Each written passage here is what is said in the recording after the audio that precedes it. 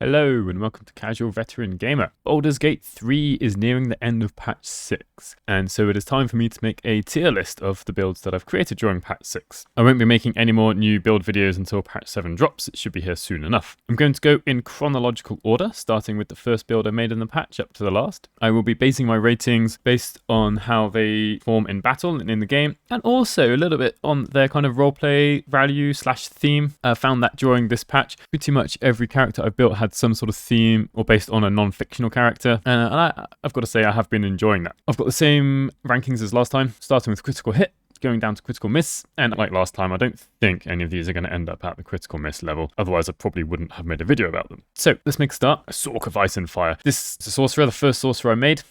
Just called Tav. Now, I don't actually have any save game files left over from this guy, so I am going to go and switch to one of the videos I made. I'm not going to have any of the sound from it. So the theme of this build was a Sorc of Ice and Fire, trying to pick fire and ice-themed spells and items, and I did okay with that. Quite a few of the spells here aren't really based on fire, but most of them are, and I made this as a quick, easy build to follow.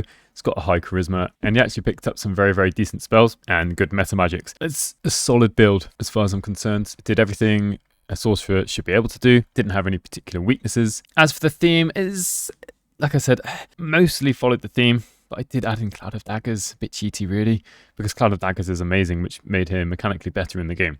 So to start with, I think it was a strong start. My first sorcerer build video. Very happy with it. Didn't do much wrong. Doesn't need any particular magic items. Easy to use and just a solid build all round. Next up was a drow wizard named Drizzard Do'urTav, named after a fairly famous character from Forgotten Realms. So it was a wizard build. Let's have a look here. Took a high dexterity and took the drow race to have proficiency with hand crossbows and short swords, so it gave the wizard an opportunity to use other weapons. And I really like this build. This is the first build I ever made that really made advantage of having dual wielding hand crossbows, because wizards don't often have a bonus action to use every round. And so this was always just like, do you know what? I'll just take a shot. Why not? And I picked good spells for him, and just really, there's not much he can't do. He's got a decent number of hit points. His armor class isn't too bad, 17 for a wizard, and can cast spells and can go in melee. He's got shocking grasp if he needs to run away. So yeah, really quite happy with this guy. The only downside to him, I feel, is that I called him Drizzard Do'urTav, but it didn't really do much to follow the idea of the character apart from the fact that he's a drow. So he's got a lot of items that really benefit fire damage. So really stacked up on the whole, doing fire damage, benefiting from things being on fire, also having the option of ranged attacks and melee attacks if needed. We've got two half-decent short swords here.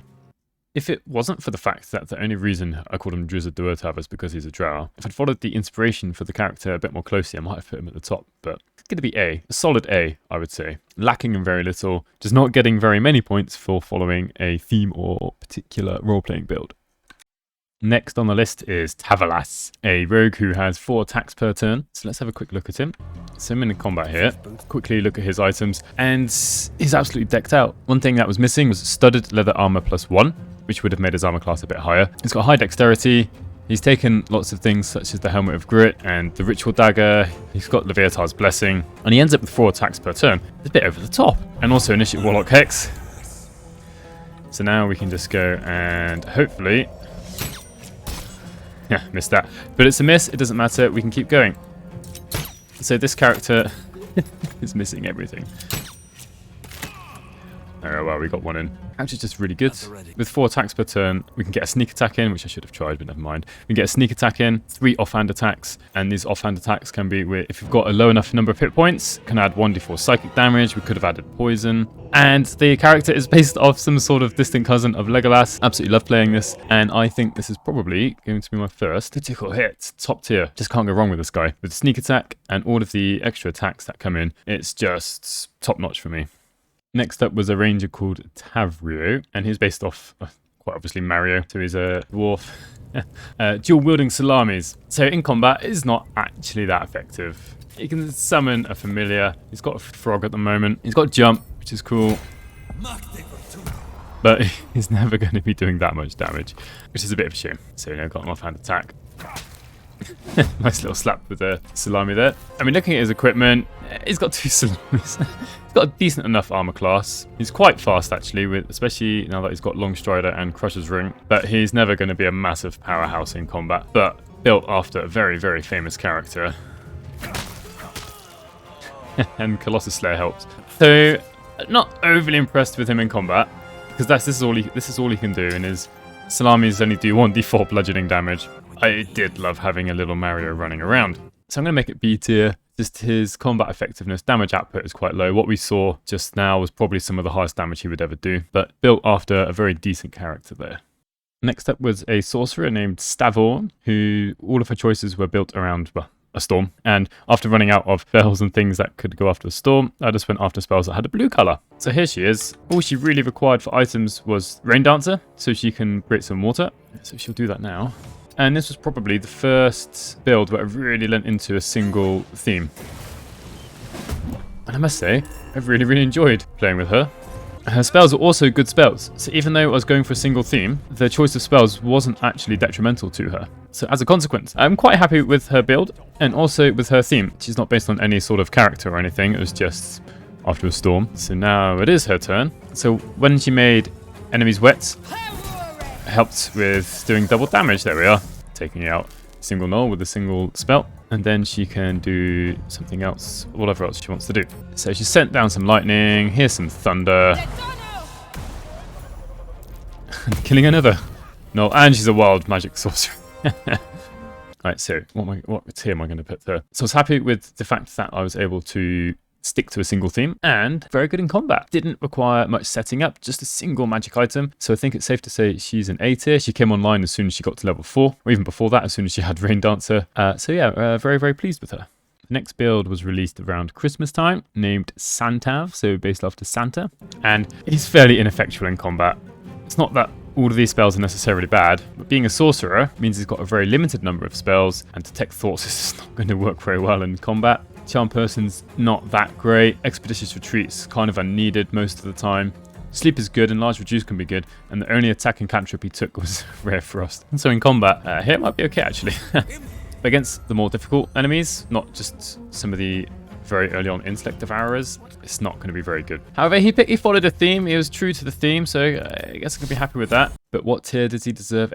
He's probably going to be the lowest one. I mean, yes, he followed a theme. He followed Santa as best he could. I think I did pretty well with his face there as well. But I didn't take him very far into the game. Not that great. If you hadn't followed the theme, it'd definitely be a critical miss. But C tier for sure. Just probably not the best build. Next up is a fighter who had a lot of dexterity, kind of a very high armor class, supposed to be some sort of tank, took a battle master and become a battle master, which all sounds good. So yeah, she had a very, very high armor class. However, her damage output is low. Having the riposte Battle Master maneuver is good, helps to increase the damage output. However, with only one attack per turn, and potentially an offhand attack from a hand crossbow, damage output isn't that good. It's kind of not necessarily the point of her, but when you've got somebody with a very high armor class, the enemies will go after other people first if they're within range. So although they're supposed to be a tank, there's no way to really draw aggro in the game, apart from just having other people out of range. It's a nice idea, and she'll definitely survive, but her damage output is kind of mediocre at best. Also, there's no particular theme. It wasn't based on a character. I suppose the theme could be a high armor class, I suppose. But most of the other themes that I've chosen during patch 6 have been about non-mechanical themes. I'm going to leave it at B tier. It's not quite as bad as SanTav down here, which is nowhere near the other builds at A. Probably better in combat than Tavrio, but Tavrio is a much better roleplay build. So yeah, I'm going to leave her at B tier. Next build that I made was a druid halfling named Tavvins. I think this was the first build where I really went all in on the whole roleplay aspect. I gave a little story to her to begin with, and that really influenced her choices. So in terms of roleplay value, she's almost a critical hit for me because she's the first one I really put an effort into her story. When we look at her character build in terms of mechanics and combat effectiveness, it's average at best. At level 4, she took her wisdom up to 16. She hasn't got any special feats, no particularly high ability scores. I didn't give her any particular items, just gave her what I could. So she's just kind of your very, very average druid. Druids aren't weak, so definitely not kind of C tier for that. But there's also really nothing special about her, so it's kind of B/C tier for her build. She's got some nice spells, and being a halfling gave her some extra efficiencies. Yeah, it's nothing really noteworthy at all about her particular builds. It's more about the choices she made based on her background. So I think it's fair to say that even if for roleplay value, she's kind of critical hit /A, her build is B/C. So I'm going to just put her in the middle, try and take them into account kind of evenly, leave her at B. I think it would be a disservice to put her down at C. Next up was a Tiefling Ranger, who is based on a character from a novel called Hogfather by Terry Pratchett, after an assassin named Tavtime. Nobody pronounces it correctly. This assassin's name was Mr. Tavtime, and I really liked his background. I love the character from the book, so for roleplay perspective, definitely an A. It doesn't follow the character from the book exactly. I have to make some changes since it's not the same world. And in combat, it's not bad at all. He's very fast. He's cast Longstride on himself. He's got Crusher's Ring, and he's taken mobile, so he can run up to enemies. He's got a fairly decent armor class. He's only got a rapier +1, so his damage output isn't massive, but with the use of Hunter's Mark, he can do reasonably well if he hits. As a Tiefling, you know, it's got Legacy of Avernus, Searing Smite, could have used that. The other spell he picked up was Jump, that's always good. Got Thaumaturgy. In terms of the items I gave him, Spell Thief, a few nice items there, most of them available relatively early on as well. So it was actually quite an effective character in combat as well. So going back to here, I think for me, this is definitely a A tier. A decent role-playing build, decent in the game mechanically as well. Maybe could be improved a bit. The one thing I didn't like about him is taking Giant Killer. I took it just because I rarely take this, but honestly, Colossus Slayer would have been vastly better. But aside from that tiny little nitpick, I'd say that, yeah, A tier.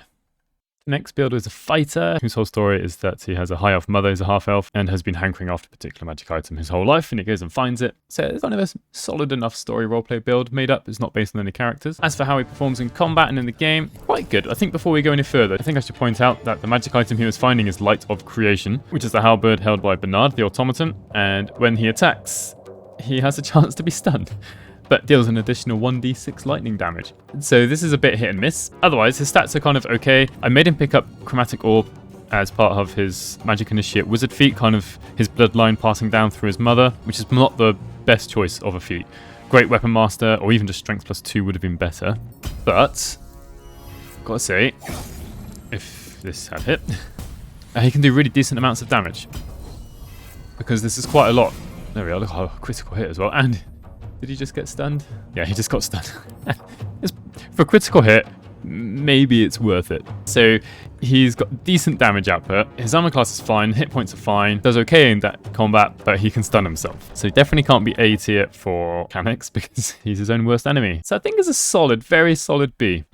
If I'd made him go after a different item, perhaps it could have been A. But I chose Light of Creation because I rarely use it. I haven't made any videos about it before, so I thought it'd be interesting to make a video where a character tries to use it. Solid B tier. Yeah, almost at A. The penultimate build is Tavcroft, another build made after a fictional character, just about well enough and known that some of you did know who he was based after, which is nice, based after Mycroft Holmes. And before looking at his kind of combat abilities, the whole point of him is that he has high stats to all skill bonuses, all skill checks. So I went for maximum proficiencies, including an item that helps buff his 2 proficiencies permanently, the Idol of Sylvanus. And in combat, he's decent. He's got a dexterity of 18, not to be sniffed at whatsoever. He's a ranger. Most of his items are based on improving skill checks, not for improving his combat potential. So he doesn't have any amazing items for combat purposes. His spells though, consistent, steady spells for a ranger. He's a Beastmaster. That helps damage output because the beast wouldn't be there without him, and also helps soak up damage. So he's been blessed. He's got a bit of help. So what we're going to do, we've got a Hunter's Mark. We can do a decent enough amount of damage. We've got a short sword. Can inflict gaping wounds if we're lucky.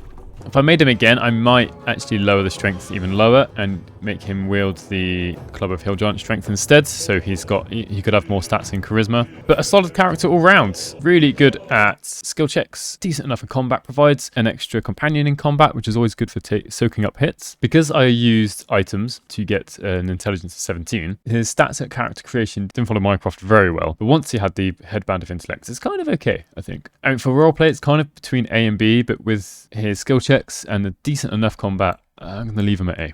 Last and certainly not least is Tavalorian. Good name. This is one of the builds that was sent in to me. So built after Mandalorian, I think quite obviously for those of you in the know. And in terms of his fighting ability, it's good. It's pretty good. Very well armored. It's got a couple of good weapons here, although Felar Aluve is just your average +1 weapon. Nothing special, but it's not bad. And Spell Thief is a good weapon. Stats are good. Good enough. The only thing I would change is Head of Thorns is just not worth it at all, especially with the low wisdom. This should have been basically a long strider. Fog Cloud would be okay, but I think Longstrider would have been much more suited. So yeah, very impressed with this guy. He's got decent damage output. He's a ranger, so he's got a few spells, although sadly I've already used bonus action. And he's even got Battle Master Maneuvers. Look at that. Perfect. So overall, yeah, I really like this character. I like the roleplay perspective. The fact it's built on a fictitious character, and it follows their character very well. So nothing really bad to say about Tavalorian. He's not the strongest in terms of fighting, but he won't let you down. I'm happy with this. I think this is probably another A. Though when I look at some of these other characters, I don't know if it quite deserves to be an A, to be honest. Now I think about it. For me, it's a toss-up between A and B. I am going to leave it at A. However, I could definitely understand if somebody else would put it down at B. So that covers it. Let me know what you think of these builds. Which one's your favorite? Which one's your least favorite? Assuming that you know all of these builds. Let me know if you liked the kind of, I guess, the introduction of these story builds. I know a few of you have mentioned that you do like it. And I won't have any more build videos until patch 7 drops, which I'm hoping is going to be within a week or two after the release of this video. If you made it this far, please do consider subscribing. Thank you very much for watching, and hopefully I'll see you in the next one.